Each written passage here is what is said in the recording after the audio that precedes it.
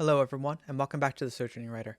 Today we're going to be discussing the book from classic Russian literature, Notes from the Underground, by Fyodor Dostoevsky. Dostoevsky's literary works explore the human condition in the troubled political, social, and spiritual atmospheres of 19th century Russia, and engage with a variety of philosophical and religious themes. His most acclaimed novels include Crime and Punishment, The Idiot, Demons, and The Brothers Karamazov. His 1864 novella, Notes from the Underground, is considered his 1864 novella, Notes from the Underground, is considered to be one of the first works of existential literature. Dostoevsky, along with Leo Tolstoy, was two of the most famous writers not only in Russia, but arguably the world, both being born in the Tsarist Russia, where monarchy was known for being particularly harsh to its peasants. The abolition of Russian serfdom, a form of slavery, was only abolished 3 years before the Notes of the Underground was published in 1864, while the English abolished the last of its serfdoms in 1574, almost 300 years before the Russian abolition. In the mid-1840s, he wrote his first novel, Poor Folk, which gained him entry into St. Petersburg literary circles. He was arrested in 1849 for belonging to a literary group, the Petrovsky Circle, that discussed banned books critical of Tsarist Russia. Dostoevsky was sentenced to death, but the sentence was commuted at the last moment. He spent 4 years in a Siberian prison camp, followed by 6 years of compulsory military service in exile. When we take a look at great artists throughout history, there tends to be a common thread of personal heartache and trauma. As I mentioned, Tsarist Russia was a brutal place to live, where any thought of dissidence was squashed, typically with blood. This continues to this day, regardless of the government. But put yourself in the shoes of Dostoevsky. You spend weeks, months, or even years expecting to die, and then one day, your sentence is commuted. It would be hard to understate the effects of such an ordeal on a person. So let's get into the book. Notes from the Underground by Fyodor Dostoevsky. Chapter 1. I am a sick man. I'm a spiteful man. I'm an unattractive man. I believe my liver is diseased. However, I know nothing at all about my disease, and do not know for certain what ails me. I don't consult a doctor for it, and never have, though I have the respect for medicines and doctors. Besides, I am extremely superstitious. Sufficiently so to respect medicine. I am well educated enough not to be superstitious, but I am superstitious. No, I refuse to consult a doctor in spite. That you will probably not understand. Well, I understand it, though, of course, I can't explain who it is precisely I am mortifying in this case by my spite.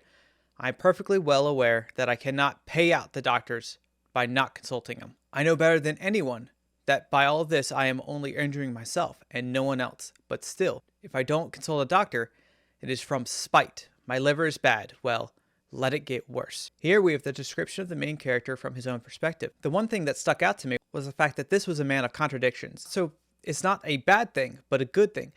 Indeed, it gives him a sense of superiority over everyone else. Spite is not only the primary defining characteristic, but the life goal of this creature.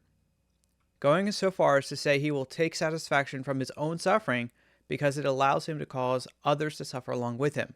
A truly detestable creature, but the writer does this for a reason, which we will see later. On this slide, we can visualize how this person relates to the rest of the population. If we take the foremost extreme to the right, this would be truly evil people in history, and the red box is what would be normal levels of quote-unquote evil, while the narrator would fall about the red line. Not far enough to commit crimes, but one who takes joys in causing the suffering of others. I used to be in the government service, but I'm no longer. I was a spiteful official.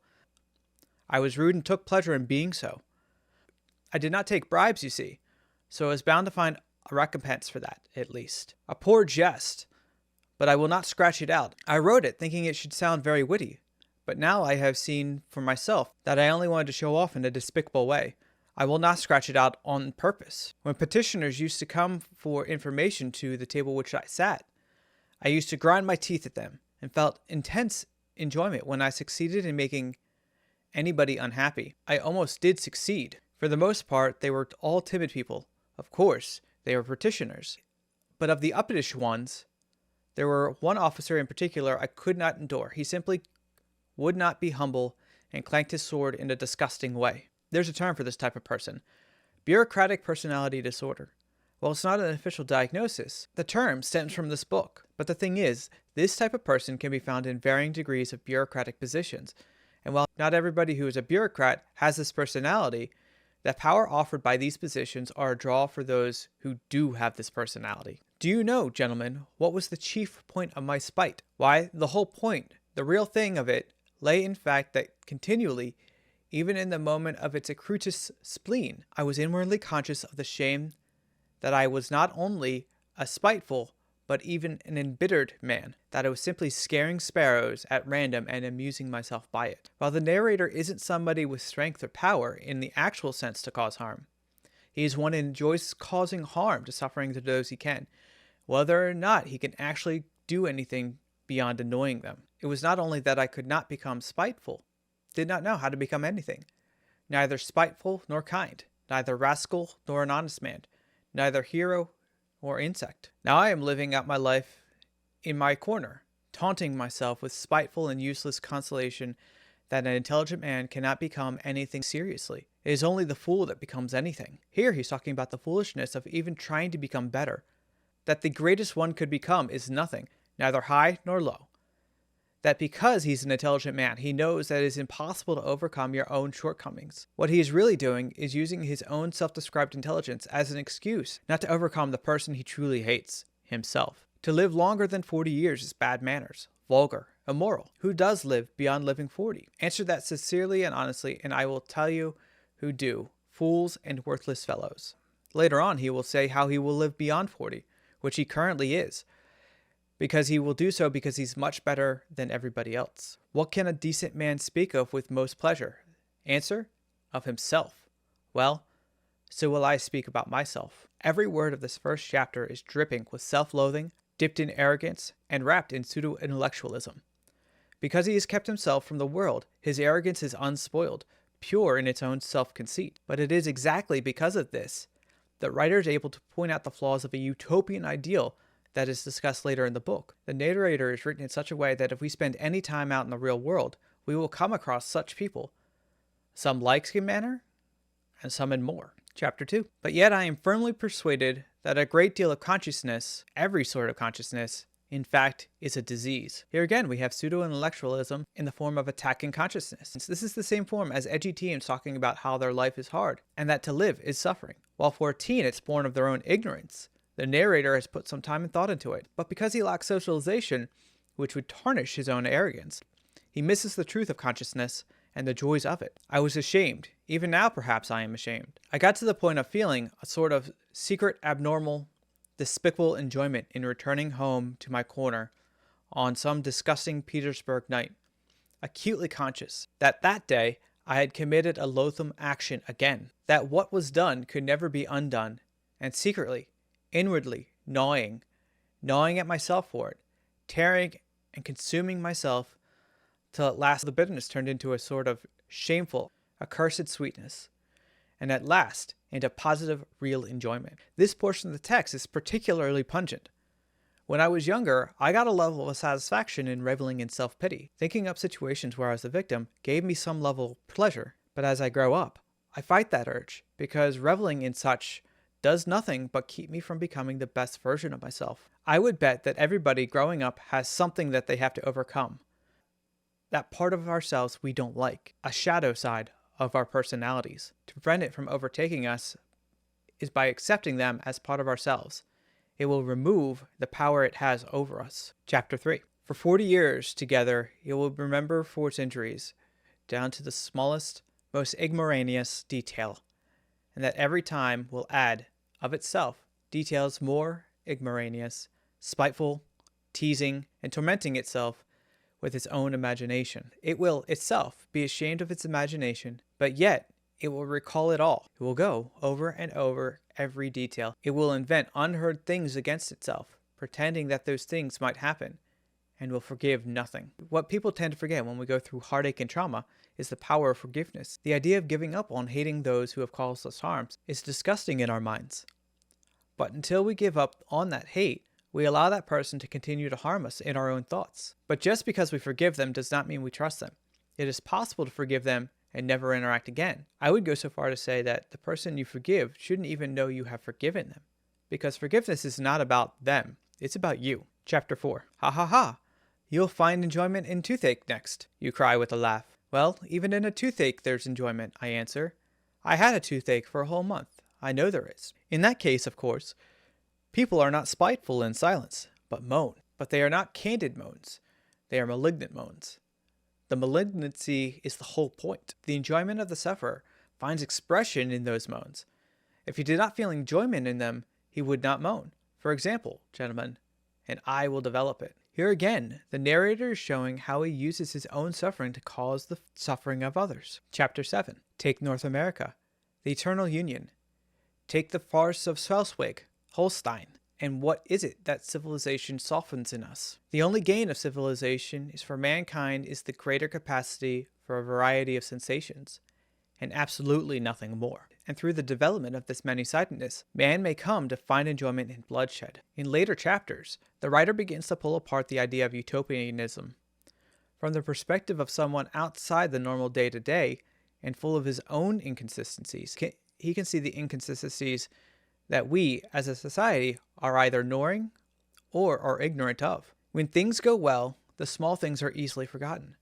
But for someone like the narrator, these are light posts showing him he is right and indicating to him that he is smarter than everybody else. Now do we think that bloodshed is abominable, and yet engage in this abomination with more energy than ever, which is worse. Here's the primary example of what he's saying. Regardless of how advanced the society progresses, there will always be an element of violence. A way to think about it is that because we humans are able to accept violence, that when it is missing from our daily lives, we seek out violence in other places. For example, sports and media are how we seek violence in our daily lives. And before you say we should do away with any violence, two things. First, we will always have some form of violence, so stamping it out in one place will cause it to pop up somewhere else. Second, when a society forgets how to be violent, it becomes vulnerable to those who are more violent. Chapter 8. Now I ask you, what can be expected of a man since he is a being endowed with strange qualities? Shower upon him every earthly blessing. Drown him in the sea of happiness, so that nothing but bubbles and bliss can be seen on the surface. Give him economic prosperity, such that he should have nothing else to do but sleep, eat cakes, and busy himself with the continuation of his species. And even then, out of sheer ingratitude, sheer spite, man would play you some evil trick. He would even risk his cakes, and would deliberately desire the most fatal rubbish, the most uneconomic absurdity, simply to induce into all this positive good sense his fatal, fantastic element. It is just his fantastic dreams, his vulgar folly, that he would desire to retain, simply in order to prove to himself, as though it were so necessary, that men are still men, and not keys of a piano, which the laws of nature to control so completely that soon one will be able to desire nothing but by the calendar. And that is not all.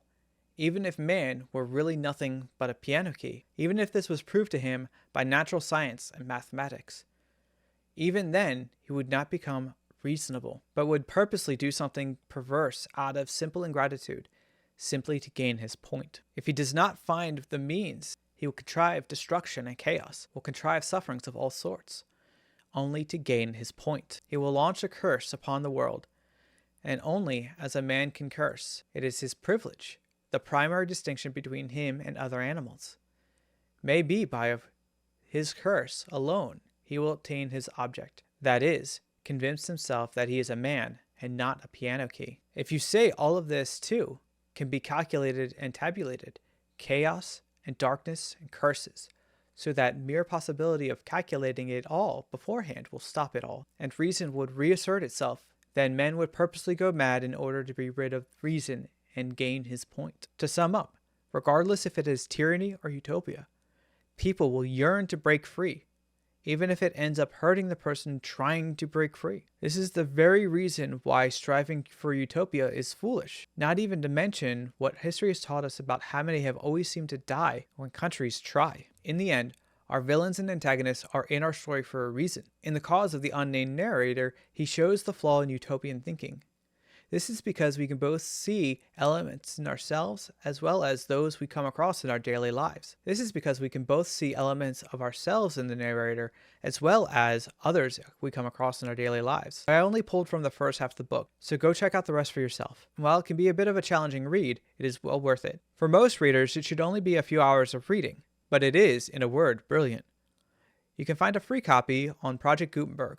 I've linked it below. I hope to take a look at the rest of Dostoevsky's work in the future.